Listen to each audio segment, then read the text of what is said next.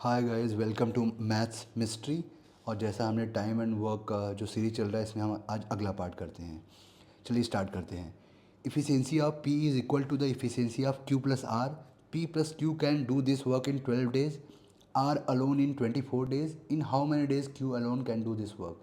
P किसी कार्य को उतने ही समय में करता है जितने में क्यू और आर मिलकर करते हैं। पी और क्यू मिलकर उस कार्य को 12 दिन में तथा आर अकेला 24 दिनों में कर लेता है। तो क्यू अकेला उस काम को कितने दिनों में समाप्त कर लेगा।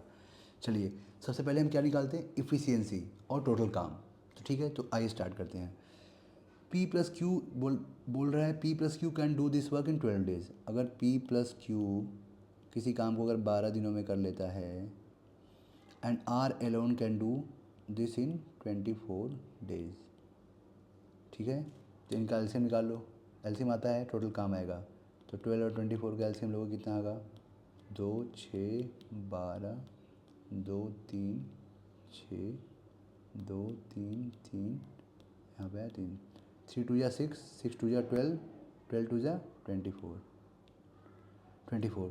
अगर P प्लस क्यू मिल के 12 दिन काम करते हैं तो कितना काम कर पाते हैं, 24 काम कर पाते हैं। तो एक दिन में कितना करेंगे, 24 में 12 से डिवाइड कर देंगे, कितना आएगा 2। अगर R 24 दिन में टोटल काम 24 दिन में मिलके 24 काम करता है तो एक दिन में कितना करेगा, 24 24 डिवाइड करो कितना आएगा, 1 यूनिट काम करेगा। ये हमारा इफ़िशियंसी आ गया। P प्लस क्यू की इफ़िशियंसी कितनी आई, 2 यूनिट, और R की इफ़िशियंसी कितनी आई, 1 यूनिट। इतना क्लियर हो गया।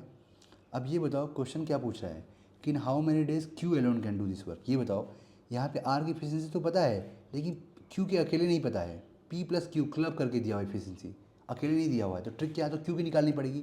अब क्यू की कैसे निकालेंगे, यहाँ पे क्वेश्चन में कुछ कंडीशन जरूर दिया होगा। देखो इसमें दिया है condition, efficiency of P is equal to the efficiency of Q plus R. एक कंडीशन ये दिया हुआ है, दूसरा कंडीशन दिया P plus Q can do this work in 12 days and एक ही यही दिया हुआ है condition. Efficiency of P is equal to the efficiency of Q plus R. क्या बोल रहा है कि इफिशियंसी जो पी की है वो क्यू प्लस आर के बराबर है। ये बताओ पी है ये, और तो पहले हमने पी और क्यू की इफिशियंसी बराबर दी है, मतलब कि पी की इफिशियंसी अगर 1 है तो क्यू की भी कितनी होगी, 1 होगी। मतलब अगर पी एक यूनिट काम करता है जितने समय में, उतना क्यू भी उतने समय में कितना करेगा, 1 यूनिट काम करेगा। अब ये बताओ actually P plus Q plus R की इफिशियंसी है कितनी, P plus Q plus R efficiency कितनी है, अरे 2 है 1 है, पी प्लस क्यू प्लस कितना है, 3 इफिशियंसी है। ये बताओ कंडीशन यहाँ पे दिया हुआ है, ये कंडीशन दिया हुआ है, यहाँ पे कंडीशन दिया हुआ है ये कंडीशन। अब इस कंडीशन से हम क्या निकालेंगे, देखो कैसे। बोल रहा है कि पी जितने समय में जितना काम करता है उतना क्यू उतना ही काम करता है। ये बताओ पी अगर 1 करेगा तो क्यू भी 1 करेगा। मतलब तो अगर पी प्लस क्यू, अगर पी जितना काम करता है उतना काम क्या, क्यू प्लस, यहाँ P is equal to the efficiency of Q plus R. ये क्यू प्लस आर है, सॉरी ये क्यू प्लस आर है। क्यू प्लस आर मतलब क्यू प्लस आर जितना काम टाइम में, एक टाइम में जितना टाइम में एक काम करेगा उतने टाइम में पी करेगा। तो अगर क्यू प्लस आर एक कर पा रहा है उतने टाइम में, तो उतने टाइम में पी भी 1 यूनिट काम कर पा रहा है। तो क्यू प्लस आर है यहाँ पे, ठीक है। तो अगर पी की इफिशियंसी, पी जितना काम कर रहा है उतना क्यू प्लस आर भी कर रहा है, और दोनों मिला कितना काम कर रहे हैं, 3 काम कर रहे हैं। ये बताओ जितना काम ये करेगा उतना काम ये भी करेगा ना। अगर टोटल 3 काम है और दोनों को बराबर बराबर डिवाइड करना है, तो जितना काम ये कर रहा है उतना काम ये भी कर रहा है। तो मतलब तो सेम, अगर हाफ 1.5 काम ये कर रहा है तो 1.5 काम ये कर रहा है। ठीक है, जितना काम ये कर रहा है ये कंडीशन में दिया हुआ है, इसीलिए हमने हाफ हाफ मत, अगर 3 को 2 भागों में डिवाइड करो कितना आएगा, 1.5 तो आएगा ना। ठीक है, तो हाफ, तो पी की इफिशियंसी कितनी आ गई, 1.5। अब ये था 1.5 आ गई। अब क्या पूछ रहा है, क्यू अकेले पूरे काम को कितने दिन में करेगा। टोटल काम कितना है, टोटल काम निकाल चुके हैं, टोटल वर्क कितना है 24, 24 ये निकाला ना ऊपर, देखो एलसीएम दिया था 24। ठीक है, टोटल काम 24 है। अब पी की इफिशियंसी आ गई 1.5। अब बताओ पी की इफिशियंसी 1.5 है, क्यू की इफिशियंसी आ सकती है कहाँ से, यहाँ से देखो। पी प्लस क्यू की इफिशियंसी हमने 2 निकाला हुआ है ना पहले। पी प्लस क्यू की इफिशियंसी कितनी है, 2। तो पी प्लस क्यू की अगर इफिशियंसी 2 है, अब जिसमें से पी की 1.5 है तो क्यू की नहीं आ जाएगी, क्यू कितनी होगी, 2 माइनस 1.5, तो क्यू कितनी हो गई, हाफ इफिशियंसी आ गई। अब बताओ टोटल काम 24 है, अब क्यू की निकालना है, क्यू पूरे काम कितने दिन में करेगा। तो क्यू अगर एक दिन में क्यू करता है 1.5 यूनिट काम करता है एक दिन में। एक यूनिट काम कितने दिन करेगा, 1/1/2। अब टोटल काम कितना है 24 यूनिट, यही है ना 24 यूनिट। टोटल काम कितना है 24 यूनिट, 24 यूनिट काम कितना है 24 इंटू 1। आपको पता है कि ये 2 जो नीचे से ऊपर जाएगा डिवाइड से मल्टीप्लाई हो जाएगा, तो 2/1 कितना होगा 48 डेज। ठीक है, तो 48 डेज देगा आंसर। अगले क्वेश्चन पे आते हैं। P 2 times efficient than Q, R and S together do equal work in that time P and Q together do. If R and S lonely do same work in 20 and 30 days, then find how many days lonely P complete the whole work.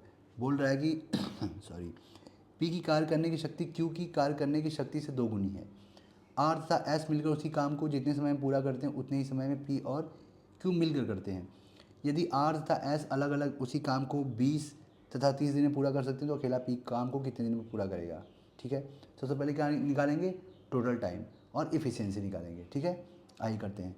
क्योंकि यहाँ पर दिया हुआ है R and if R and S, देखो यहाँ पे 2 condition दिया हुआ, P 2 times efficient than Q, R and S together do equal work in that time P and Q together do. If R and S only do same work in 20, तो R कितने दिन में करता है 20 days में, और S कितने दिन में करता है 30 डेज में। इनका एलसीएम निकालोगे 20 30 का, हम लोग कई बार एलसीएम निकाल चुके हैं, 60 आएगा। अगर R 20 डेज में 60 काम करता है तो एक दिन में कितना करेगा 3 काम करेगा, 60 में 20 से डिवाइड कर देंगे। अगर S 30 दिन में 60 काम करता है तो एक दिन में कितना करेगा, 60 में 30 से डिवाइड 2 करेंगे, 2 यूनिट। तो R की आगे एफिशिएंसी कितनी 3 और S की आगे कितनी 2। अब देखो R और S की आ गई, हमें पूछा कि P पूरे काम को कितने दिन में करेगा। P की तो एफिशिएंसी आई नहीं, P की तो हमें पता ही नहीं एफिशिएंसी P, तो P की एफिशिएंसी कैसे आएगी P की, तो P की एफिशिएंसी आएगी ऐसे, यहाँ पे लिखा P 2 times efficient than Q, and लिखा हुआ R and S together do equal work in that time P and Q together do. लिखा है कि R और S, जो R और S हैं वो उतना ही काम कर लेते हैं जितना काम P और Q साथ मिलकर करते हैं। यहाँ क्वेश्चन में देखो दिया हुआ है कि R और S together do equal work in that time P and Q together do equal work in that time P and Q together. देखो टाइम दिया हुआ है, टाइम मतलब जितना टाइम ये लेता है किसी काम करने में उतना टाइम ये लेता है। अब आपको बताओ अगर टाइम का रेशियो सेम है, अगर टाइम का 1:1 सेम है तो इफ़िशियंसी भी सेम होती है, ये 1:1 ही होगी इफ़िशियंसी। ठीक है, 1:1 होगी। तो ये बताओ अगर टोटल काम कितना है, टोटल काम कितना है, R प्लस एस कितना काम करते हैं, जितना जितना इफ़िशियंसी इसकी है, जितना काम ये करते हैं उतना काम यही करते हैं उतने समय में। तो R प्लस एस कितना काम करते हैं 3 और 2, 3 और 2 5 काम करते हैं। तो बोला P और Q भी तो 5 ही काम करेंगे। क्वेश्चन में बोला है कि अगर जो R और S मिल के जितना काम करते हैं उतना P और Q करते हैं, जितने समय में जितना काम करते हैं उतना P और Q भी उतना ही काम करते हैं उतने समय में। तो ये हमने R प्लस एस का निकाला है ना 5, 3 और 2, 3 और 2 ये तो निकाला है, 3 और 2 मतलब 5 ही काम कर रहे हैं, तो P प्लस Q भी 5 करेगा। अब एक कंडीशन और दिया हुआ है कि P 2 times efficient then Q, बोल रहा है कि P जो है, यहाँ पे साफ साफ लिख लेते हैं R प्लस एस और P प्लस Q। आपको पता चल गया ना, यहाँ पे अगर निकाला 5 ये कर रहे हैं 3 और 2 मिलके, तो ये कितना करेंगे, यही 5 करेंगे। अब यहाँ पे एक कंडीशन दिया हुआ है कि P 2 times efficient then Q, जो P है ये 2 गुना काम करता है Q के। अगर Q 1 कर रहा है तो ये कितना करेगा 2 करेगा। तो ये बताओ अगर अब इनको P निकालना है तो ये P के चाहिए, टोटल एफिशिएंसी कितनी है 2 और 1 3 एफिशिएंसी है, हमें P का निकालना है तो 2, और टोटल कितना दोनों काम करना है, टोटल कितना है काम एक दिन में दोनों कितना करना है 5, तो आ नहीं जाएगा 10/3। तो P की इफिशिएंसी आनी है यहाँ से, हमें P का पूछा है ना, P का हमने इसलिए निकाला है क्योंकि यहाँ P का क्वेश्चन में पूछा है कि टोटल काम को कितने दिन में पूरा करेगा। तो टोटल काम तो हमने निकाल लिया है, अब P की इफिशिएंसी निकालनी थी तो हमने निकाल लिया। समझ में आया कि ये 1 गुना काम कर रहा है Q, तो ये 2 गुना काम कर रहा है। ठीक है, तो हमें P का निकालना है तो कैसे निकालेंगे, टोटल कितना है, ये 2 कर रहा है ये 1, तो टोटल 3 हो गया। और ये P का निकालना है तो P के ऊपर इंटू, और टोटल कितना है ऐड करने 5 इफिशिएंसी। ठीक है, P की आ गई 10/3। अब P की आ गई तो हम Q के निकाल लेंगे। P का पूछा ये है, P का पूछा है, तो ये बताओ टोटल काम कितना है, टोटल काम कितना है 60, टोटल वर्क कितना है, टोटल वर्क कितना है 60, ये बताओ टोटल वर्क 60 है। तो अगर P कर रहा है 10/3 यूनिट काम कर रहा है एक दिन में। ठीक है, एक यूनिट काम कितने दिन में करेगा, 1/10/3 करेगा। तो 60 काम कितने दिन में करेगा? 60 × 1/3/10, ठीक है। 3 ऊपर जाएगा ना और 10 नीचे रहेगा, ठीक है। तो कितना 180/10, तो कितना होगा? कितने दिन में करेगा? 18 दिन में करेगा, 18 डेज। ये हो गया आंसर। कितने दिन में करेगा? 18 डेज में। आइए अगला क्वेश्चन करते हैं। अगला क्वेश्चन क्या बोल रहा है? एक in a software company there are 3 shifts of work for a day. During the 3 shift the average working efficiency of employ is 80%, 70% and 50% respectively. Sorry. तो a work is complete in 60 days by the group working in the first shift. Only if the work is done in all the 3 shift per day, then how many days are less required to complete the work. बोला किसी software की company में एक दिन में 3 पालियों में काम होता है। तीनों पालियों में कर्मचारियों की औसत कार्य करने की शक्ति क्रमशः 80%, 70% और 50% है। पहली पाली में एक काम को 60 दिनों में पूरा किया जाता है। यदि तीनों पालियों में प्रतिदिन काम किया जाए तो काम कितने कितने कम दिनों में पूरा होगा? तो ये बताओ। 3 शिफ्ट है, फर्स्ट, सेकेंड और 3 शिफ्ट में काम होता है। और उनमें इफिशियंसी कितनी है तीनों? अगर फर्स्ट शिफ्ट में काम करते हैं तो 80% इफिशियंसी है, सेकेंड शिफ्ट में काम करते हैं 70% है, और थर्ड शिफ्ट में करते हैं तो 50%। तो इनका रेशियो निकालोगे तो ये 0 से हटा दो, परसेंटेज से पॉइंट हटा दो, 0 हटा दो, तो कितना रेशियो आएगा? 8, 7 और 5। अगर ये बताओ, अब बोल रहा है a work is complete in 60 days by the group working in the first shift. अगर वो पहले शिफ्ट में काम कर रहे हैं तो काम 60 दिनों में ख़त्म होता है। तो एक फर्स्ट शिफ्ट में कितना काम कर रहे हैं? 8 काम कर रहे हैं। तो एक शिफ्ट में फर्स्ट शिफ्ट में काम कर रहे हैं कितना? फर्स्ट शिफ्ट में काम कर रहे हैं कितने?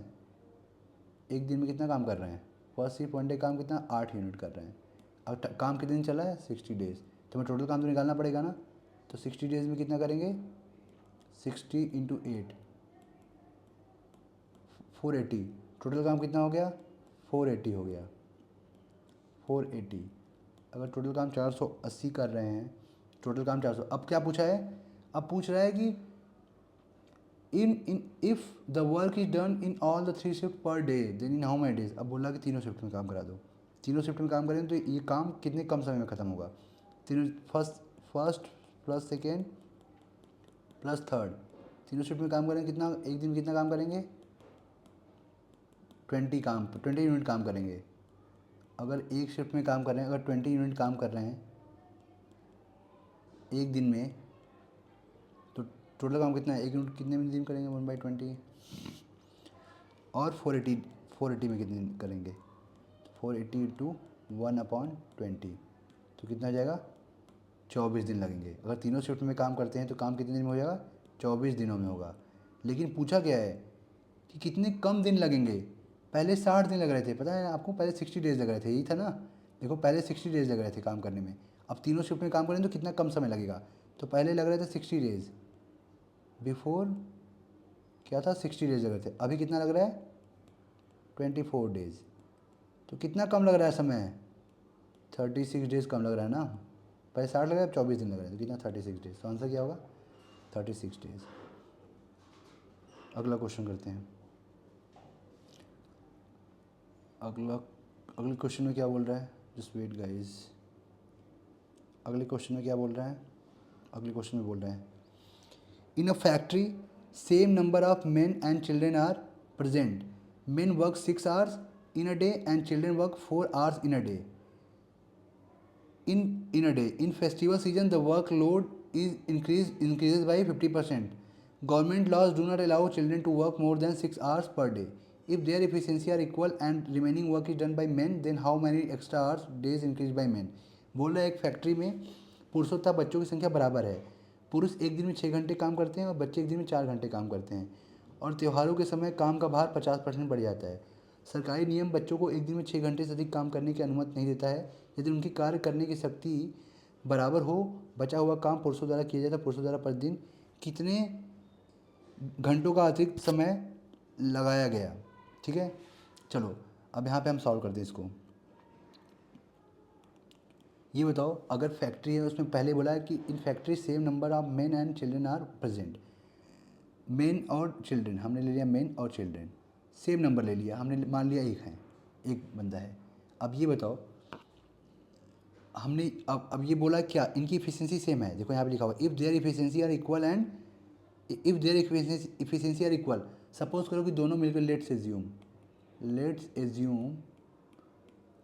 एज्यूम अगर इफिशिएंसी एक्स काम पर आवर है, मतलब वो 1 घंटे में एक्स काम कर पाते हैं, तो अब ये बताओ, यहाँ पे लिखा हुआ है कि same number of men and children are present, men work 6 hours.